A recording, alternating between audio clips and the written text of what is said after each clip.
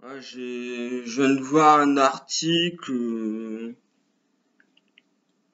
que j'ai trouvé plutôt plus ou moins marrant, on va dire.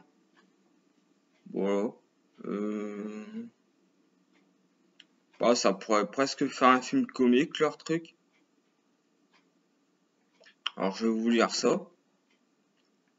Une histoire d'amour qui finit mal. Déjà pour commencer, je trouve que c'est toujours un peu ridicule les articles qui veulent absolument mettre un titre qui fait peur.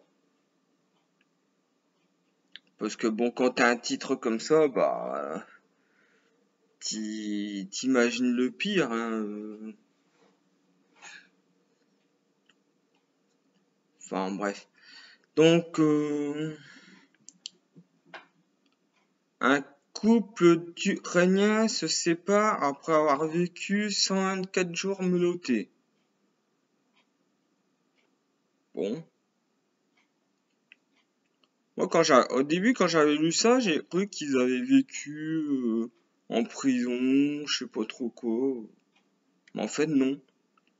C'est pas ça.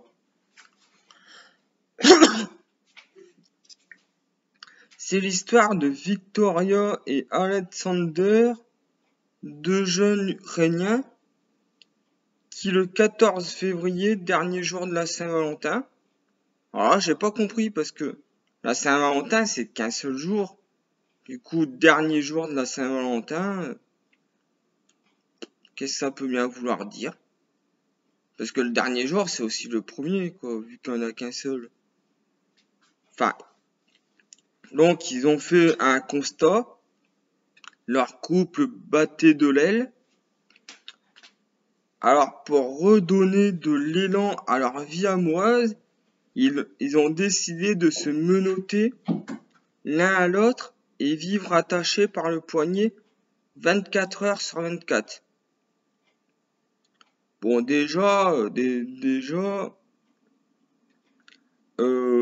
vous pouvez mettre la vidéo sur pause et aller dans les commentaires pour me dire si vous pensez que c'est une bonne idée ou pas.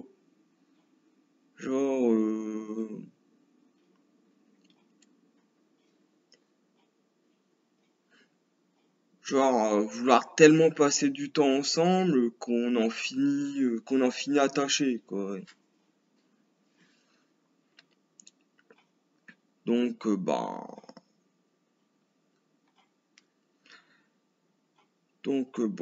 je sais pas si vous avez mis sa pause pour mettre un petit commentaire, mais bon, on va continuer. Ça sent la mauvaise idée, eh bien oui, puisqu'au bout de 124 jours, ils ont fini par se séparer au sens propre comme au figuré. Après avoir passé 4 mois enchaînés l'un à l'autre,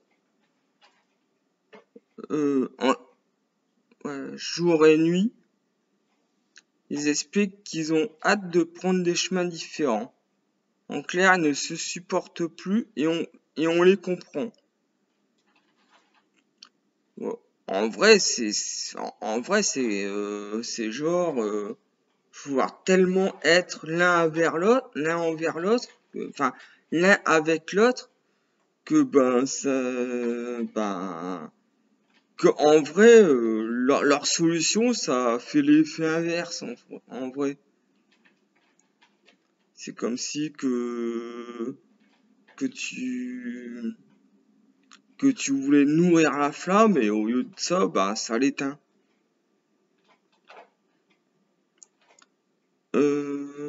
Record du monde. On a pu suivre leur quotidien menotté sur Instagram, aller aux toilettes ensemble, cuisiner ensemble, assister aux conversations téléphoniques de l'autre, patienter pendant la séance maquillage, plus aucun once de mystère l'un pour l'autre.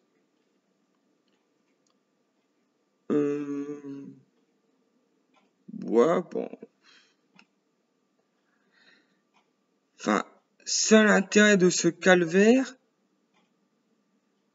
ils peuvent désormais vanter de détenir le record du monde du couple ayant passé le plus de temps menotté. Et ils comptent mettre leur paire de menottes aux enchères. Bon, alors, ok, ils ont battu un record du monde, mais est-ce qu'il y a vraiment d'autres personnes qui ont fait ce genre d'expérience? Parce que après, c'est peut-être le record du monde, parce qu'ils sont peut-être les seuls à le faire, tu vois, les seuls à l'avoir fait. Hein. C'est pas précisé. C'est pas précisé s'ils ont fait un record du monde ou si ils ont battu un record du monde. C'est pas précisé. J'aurais bien voulu savoir s'il y avait d'autres personnes qui l'avaient fait ce genre de choses. Mais moi, je me pose une question, c'est genre, s'il y en a un des deux qui a un travail, est-ce que la personne va à son travail en étant menottée à une autre personne?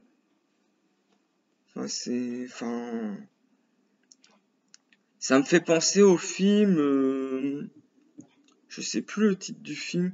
Je crois que c'est 2 en 1. Le film avec les Siamois. Genre, il y en avait un, il était cuisinier, l'autre qui faisait du théâtre. Et puis du coup, ben, quand il y en avait un qui allait au travail, ben l'autre il allait avec lui parce qu'ils étaient Siamois. Mais bon, après, bon, tout ça pour dire que c'est vrai que quand on s'aime, on a envie de passer plus de temps, le plus de temps possible avec l'autre personne, mais de là à être menotté, voilà, enfin, bah, l'intérêt d'être à deux, c'est peut-être aussi de se séparer de temps en temps pour le plaisir de se retrouver. Et une fois de se retrouver, bah, se raconter un petit peu chacun sa petite histoire, tu vois. Enfin, enfin, je sais pas moi. Raconter un petit peu qu'est-ce qui nous est arrivé, bah, quand on était séparés, quoi. Enfin, finalement, ben, être ensemble, c'est peut-être pas être toujours l'un avec l'autre, mais peut-être le plaisir de se retrouver quand on se revoit, quoi. Voilà. Juste une vidéo parce que je me demande ce que vous en pensez de ce genre de choses. Salut.